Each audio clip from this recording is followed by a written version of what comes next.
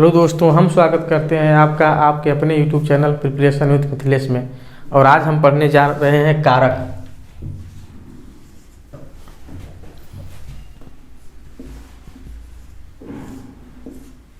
कारक सबसे पहले हम कारक की परिभाषा जान लेते हैं। तो कारक संज्ञा या सर्वनाम के जिस रूप के द्वारा वाक्य में प्रयुक्त अन्य शब्दों के साथ संबंध का बोध प्रकट होता है उसे कारक कहते हैं।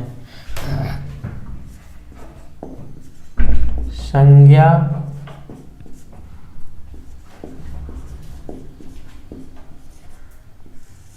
सर्वनाम के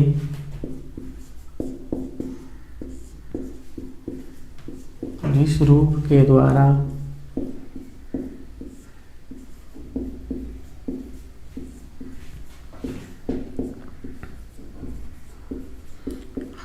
वाक्य में प्रयुक्त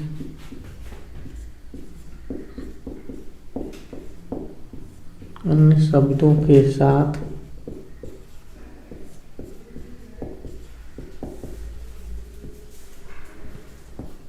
संबंध का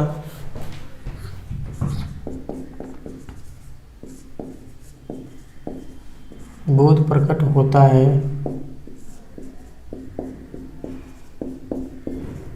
कारक कहलाता है।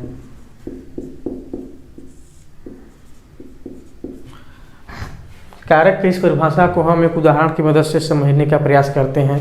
जैसे अमेरिका ने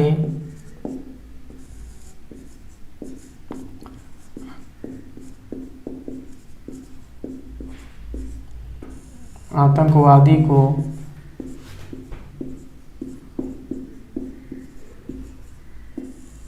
मिसाइल से मारा।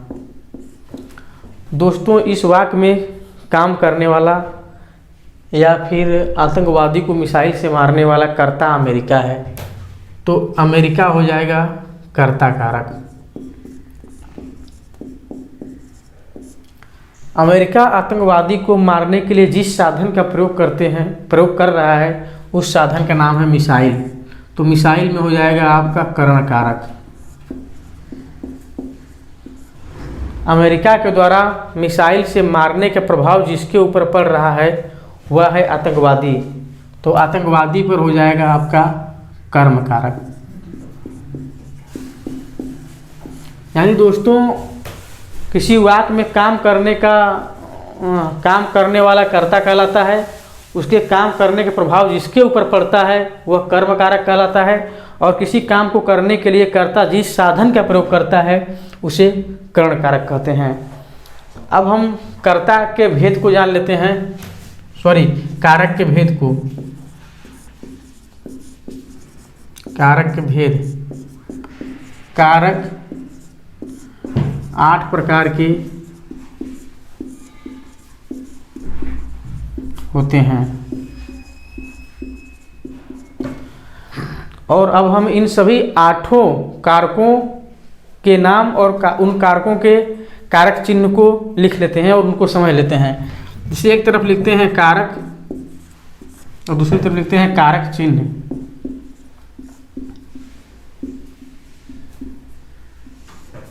जैसे कर्ता कारक, कर्ता कारक का चिन्ह होता है ने। कर्म कारक का चिन्ह होता है को। करण कारक का चिन्ह होता है से। और यह होता है जुड़ने के अर्थ में।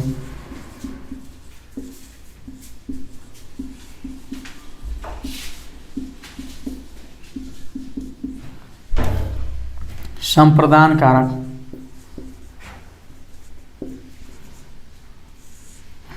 संप्रदान के लिए।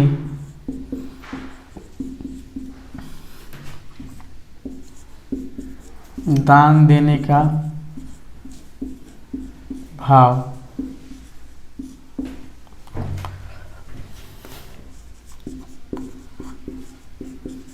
अपादान से।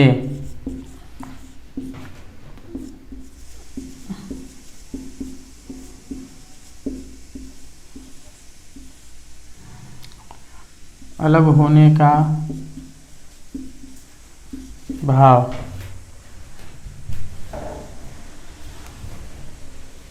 संबंध कारक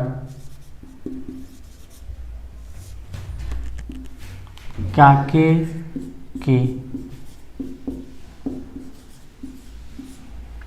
अधिकरण कारक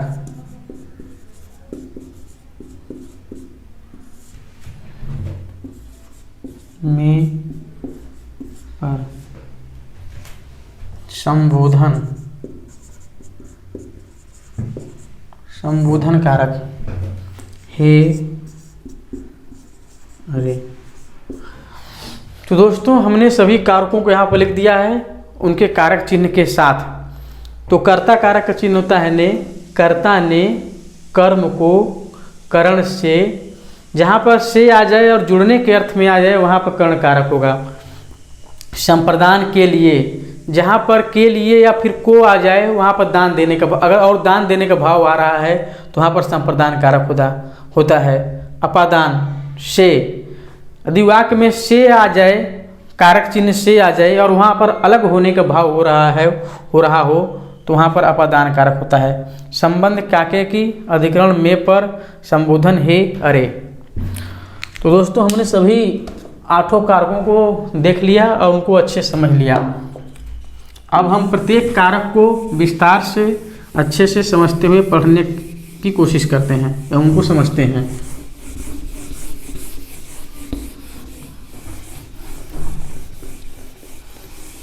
सबसे पहले हम लोग कर्ता कारक को पढ़ते हैं।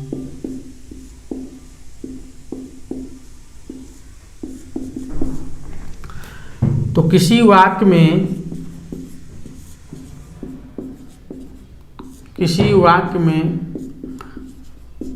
जिसके द्वारा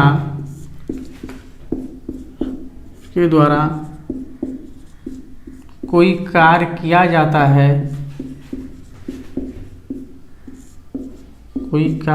जाता है, कर्ता कारक कहलाता है।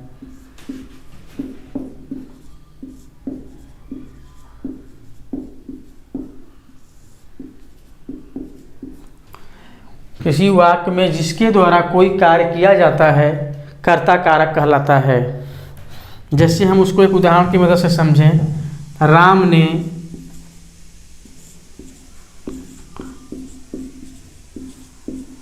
रावण को मारा। तो दोस्तों इस वाक्य में काम करने का काम राम कर रहे हैं, रावण को मारने का काम राम कर रहे हैं। तो यहाँ पर जो राम ने है इसमें हो जाएगा आपका कर्ता कारक। दूसरा उदाहरण देखें। महेश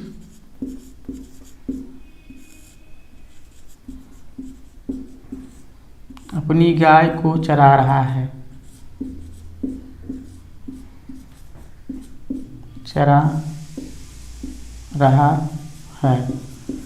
इस वाक्य में गाय को चराने का काम कौन कर रहा है? महेश।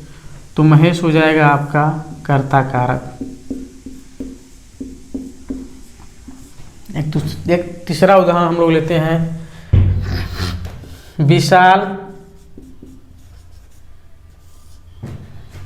विशाल राजू को हिंदी पढ़ाएगा।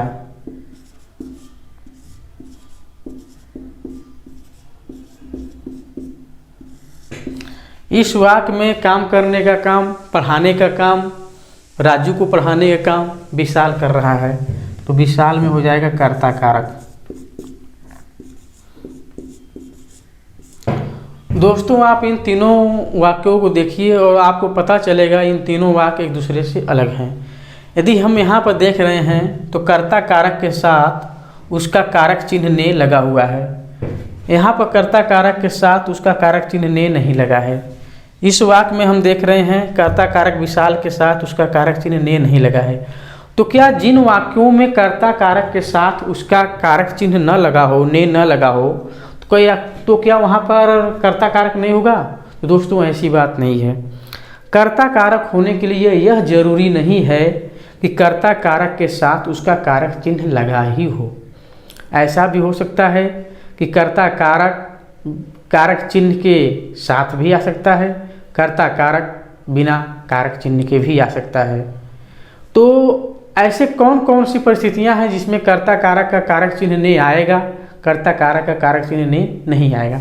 तो दोस्तों यदि हम इस पहले उदाहरण को देखें, राम ने रावण को मारा, तो इस वाक्य में हम देख रहे हैं तो पता चल रहा है कि ये वाक्य जो है हमारा भूतकालिक क्रिया वाला वाक्य है, यानी यह काम राम के द्वारा रावण को मारने का काम भूतकाल में हो चुका है।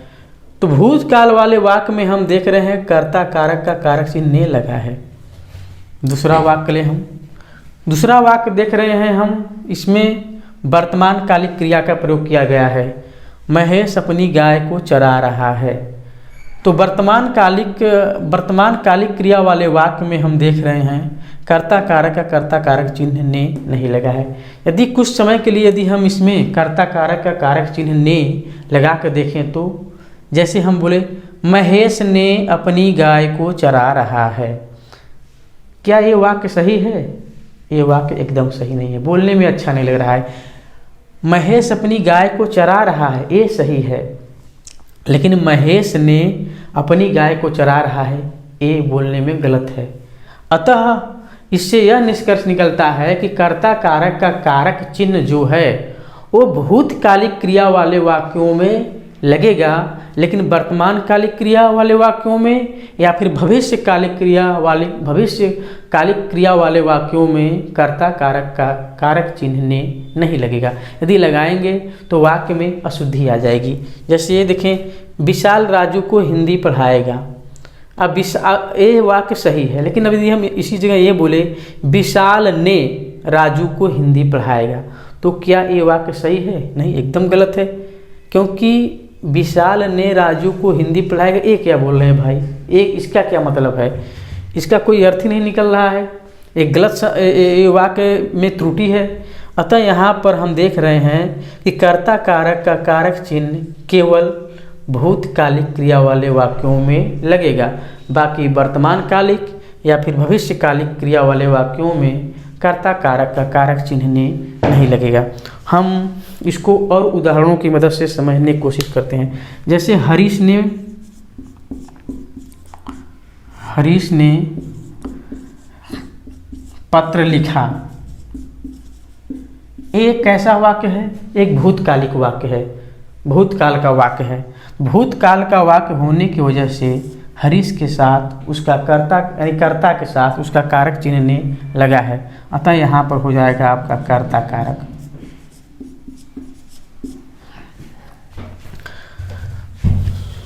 सीता ने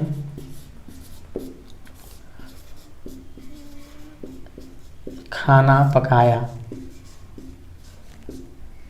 एक ऐसा वाक्य है, ये भी एक भूतकालिक क्रिया वाला वाक्य है, अतः सीता के साथ उसका कारक चिन्ह ने लगा है।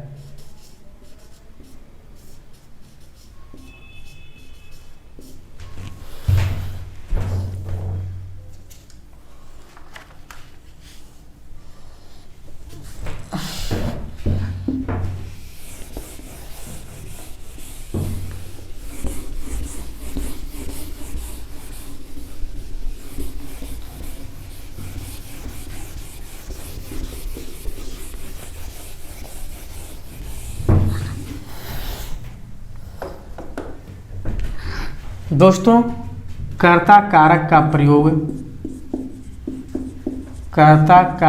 का प्रयोग दो तरह से किया जाता है। एक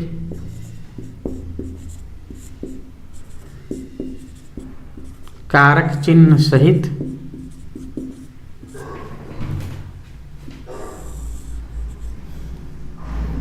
एक कारक चिन्ह रहित। कारक चिन्ह सहित को हम इसको लिख सकते हैं, इसको कह सकते हैं परसर्ग सहित। कारक चिन्ह को ही परसर्ग कहते हैं, परसर्ग सहित, परसर्ग रहित।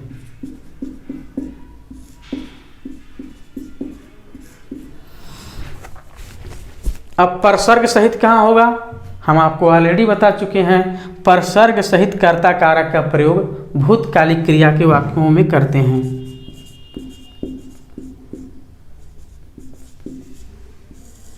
भूतकालिक वाक्य में।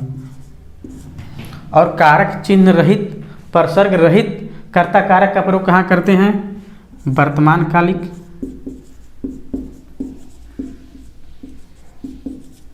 वर्तमान कालिक वाक्य या फिर भविष्यकालिक वाक्य।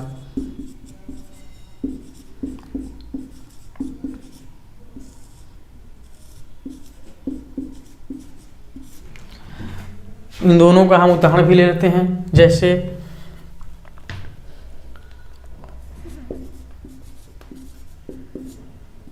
अकबर ने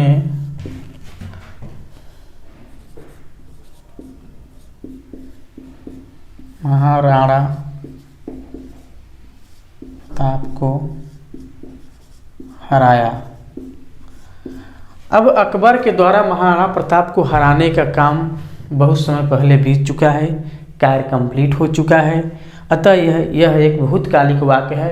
अतः भूतकालिक वाक्य में कर्ता कारक का कारक चिन्ह ने लगा है।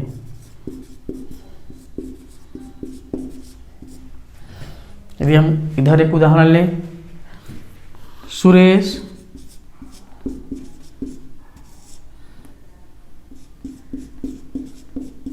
गिटार बजाता है। दोस्तों, सुरेश का जो काम है गिटार बजाने का, वह वर्तमान में गिटार बजाता है, यह वर्तमान कालिक वाक्य है। अतः यहाँ पर कर्ता कारक का कारक चिन्ह नहीं लगा है। इस वाक्य में काम करने का काम, गिटार बजाने का काम सुरेश कर रहा है, कर्ता कारक। महेश कल दिल्ली, महेश कल दिल्ली जाएगा। महेश कल दिल्ली जाएगा। क्या हम ऐसा बोल सकते हैं महेश ने कल दिल्ली जाएगा? गलत हो जाएगा। महेश कल दिल्ली जाएगा। इस वाक्य में भी कर्ता कारक का कारक चिन्ह ने नहीं लगा है, लेकिन फिर भी यहाँ पर कर्ता कारक होगा क्योंकि यहाँ पर काम करने वाला वाक्य में मौजूद है। तो दोस्तों, कर्ता कारक को हम लोगों ने अच्छे से समझ लिया। अब हम लोग पढ़ते हैं कर्म कारक।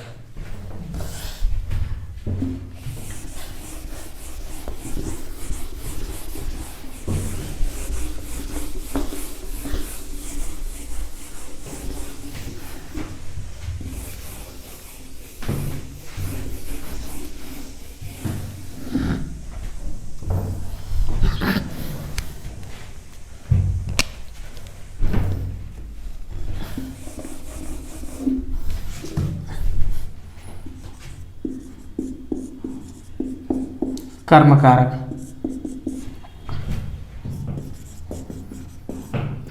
किसी वाक्य में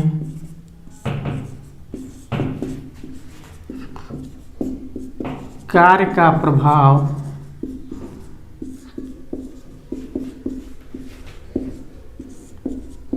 जिसके ऊपर पड़ता है कर्म कारक कहलाता है।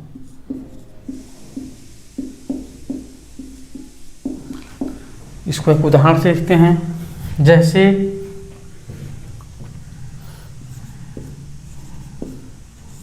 राजा ने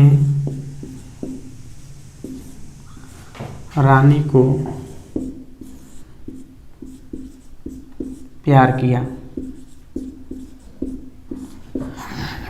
इस वाक्य में जैसे राजा ने रानी को प्यार किया। दोस्तों, यहाँ पे हम कुछ और लिखते हैं।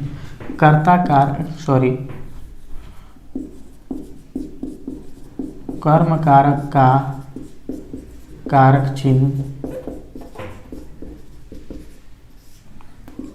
को होता है।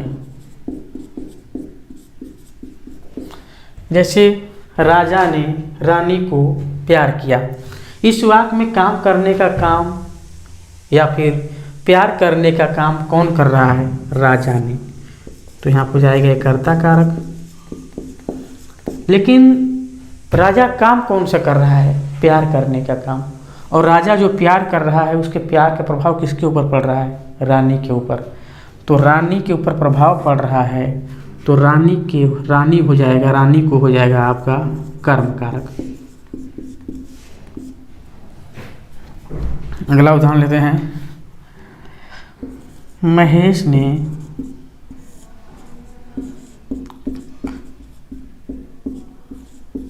सुरेश को लाठी से मारा।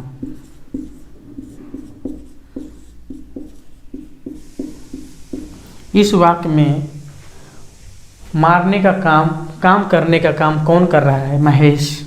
तो महेश ने हो जाएगा कर्ता कारक। महेश काम क्या कर रहा है? मारने का, लाठी से। और महेश लाठी से किसको मार रहा है? सुरेश को। भाई महेश मार रहा है लाठी से तो चोट किसको लग रही है? सुरेश को। तो सुरेश को हो जाएगा, सुरेश के ऊपर प्रभाव पड़ रहा है, इसलिए सुरेश में हो जाएगा आपका कर्म कारक।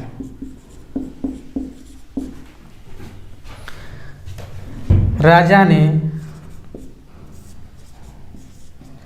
रानी को पत्र लिखा।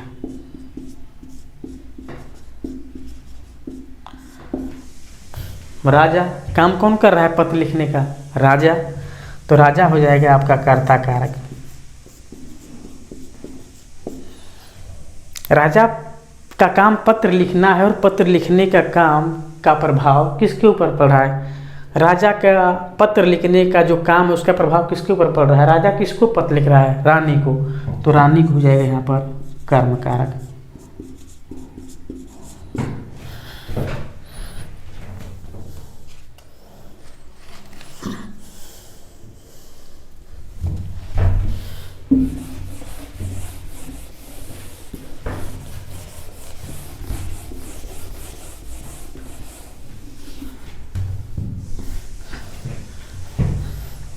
जैसे हो गया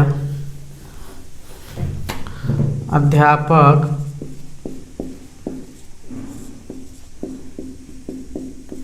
छात्रों को हिंदी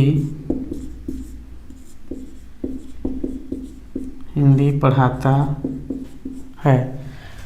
अब छात्रों को पढ़ाने का काम, हिंदी पढ़ाने का काम कौन कर रहा है? अध्यापक। तो अध्यापक हो जाएगा कर्ता कारक। और अध्यापक के द्वारा हिंदी पढ़ाने के प्रभाव किसके ऊपर पड़ रहा है? छात्रों के ऊपर। तो ये हो जाएगा आपका एक कर्म कारक।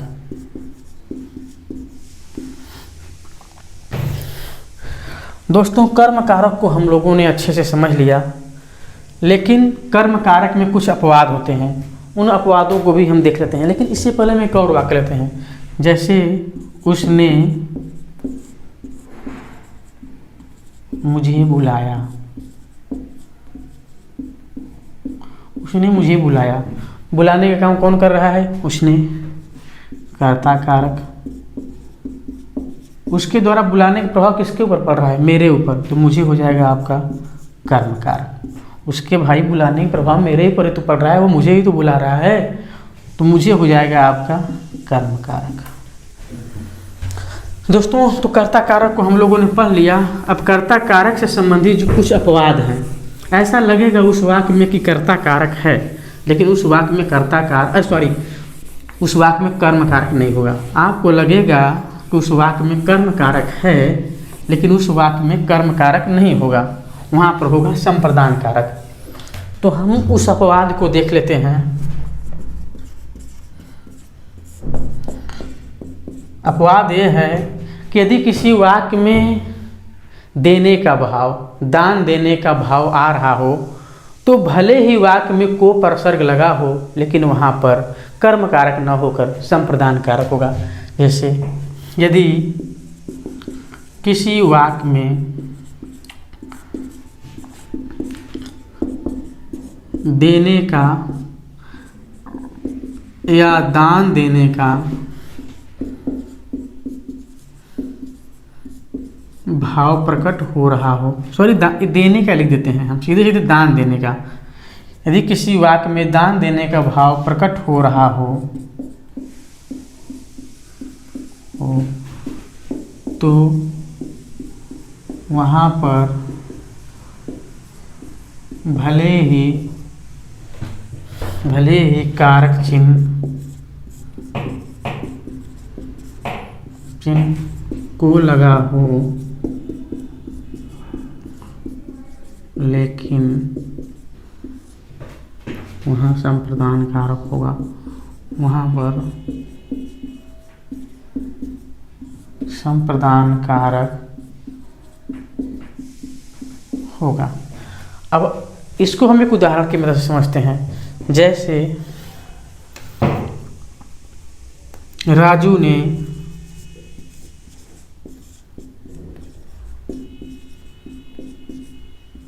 भिखारी को दान दिया। दोस्तों ये बताओ, क्या इस वाक्य में दान देने का भाव प्रकट नहीं हो रहा है? यदि आप लोग इसको नहीं पढ़े रहेंगे इस अपवाद को, तो आप लोग तुरंत यहाँ पर भिखारी की बात को लगा है, तुरंत कर्म कारक मारेंगे। लेकिन ऐसी बात नहीं है दोस्तों, यहाँ पर वाक्य में दान देने का भाव प्रकट हो रहा है, अतः इस वाक्य में भिखारी को कर्म कारक संप्रदान कारक हो जाएगा।